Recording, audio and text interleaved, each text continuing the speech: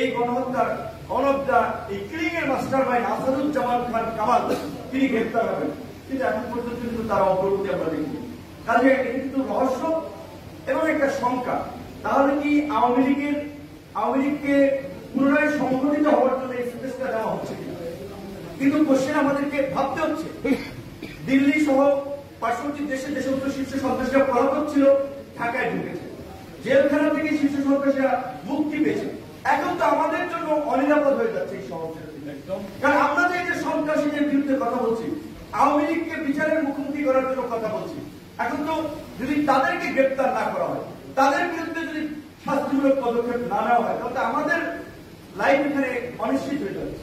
সুতরাং আমরা সরকারের প্রতি আহ্বান জানাবো, মুক্তিযোদ্ধা দলের আজকের এই প্রোগ্রাম থেকে মুক্তিযোদ্ধারাও চাই, আমরাও চাই এই ফ্যাসিস্ট শক্তিকে বিচারের মুখোমুখি করে এবং যারা এর মদত দিয়েছে তাদেরকে অনতি বিলম্বে, তাদের প্রত্যেককে যারা দেশে আছে দ্রুত সময়ের মধ্যে তাদেরকে গ্রেপ্তার করুন। মুক্তিযোদ্ধাদের আজকের এই বর্তমান প্রেক্ষাপটে রাষ্ট্রবিধি মানে আমি দুটো কথা বলতে চাই। প্রথম হচ্ছে আজকে বাংলাদেশের বয়স 53 বছর, অর্ধশতক পেরিয়ে গেছে, এখন পর্যন্ত মুক্তিযুদ্ধের শহীদদের প্রকৃত সংখ্যা এবং তালিকা 53 বছরের কোন সরকার করতে পারে। উদ্ভব ভাইদেরকে আমরা অনুরোধ জানাবো, অফিসিয়াল আছে, এটা যেন Indian government, non political government, তাদের মাধ্যমে আপনারা সহযোগিতা করে মুক্তিযোদ্ধাদের একটা সঠিক এবং নির্ভুল তালিকা করেন।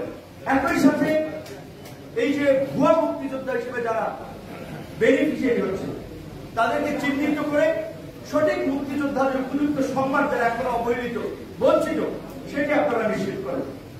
মুক্তিযুদ্ধের যে আকাঙ্ক্ষা ছিল যে বৈষম্যহীন গণতান্ত্রিক মানবিক বাংলাদেশ বিনির্মাণ করা, যেখানে সাম্য, মানবিক মর্যাদা, সামাজিক সুবিচার থাকবে, এবং 53 বছরে সেটি নিশ্চিত হয়নি।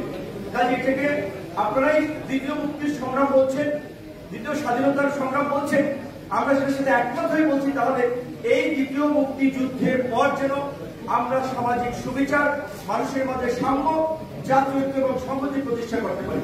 আজকে আমাদের একজন এখানে কর্নেল সাহেব বক্তব্য রেখেছেন, পার্বত্য চট্টগ্রাম থেকে তিনি কিন্তু 71 যুদ্ধ করেছেন, দেশ মাতৃকার জন্য ঝাঁপিয়ে পড়েছেন।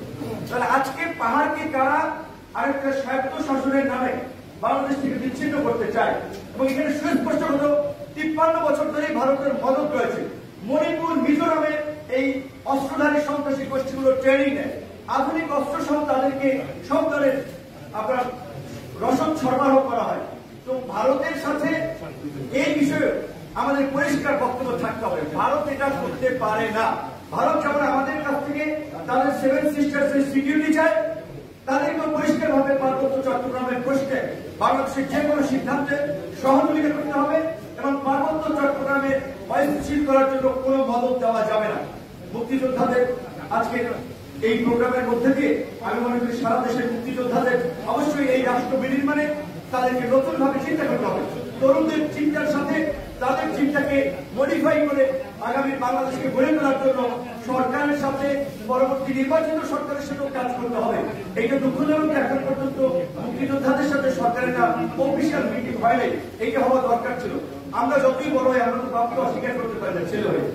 মুক্তিযোদ্ধারাও জাতির শ্রেষ্ঠ সন্তান, সূর্য সন্তান, তারা না হলে আজকে এই দেশে দাঁড়িয়ে তো আমি এইভাবে কথা বলতে পারতাম না। আমি যে কিন্তু মুক্তিযুদ্ধের লড়াই করেছি, এই লড়াইয়ের প্রেক্ষাপট রচিত হতো। সুতরাং মুক্তিযোদ্ধাদের অবশ্যই মতামত, পরামর্শ নিয়ে এই রাষ্ট্র পরিচালনা করতে হবে।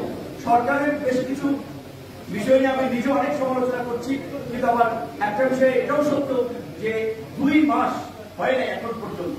স্ট্যাবল হওয়ার জন্য সরকারের মন্ত্রণালয়ে এক একজনের মিনিস্ট্রি বোঝার জন্য তাদের বোঝায় কিছুটা সময়ের প্রয়োজন আছে, যদি আমি নিজেই কিন্তু অনেক সমালোচনা করছি।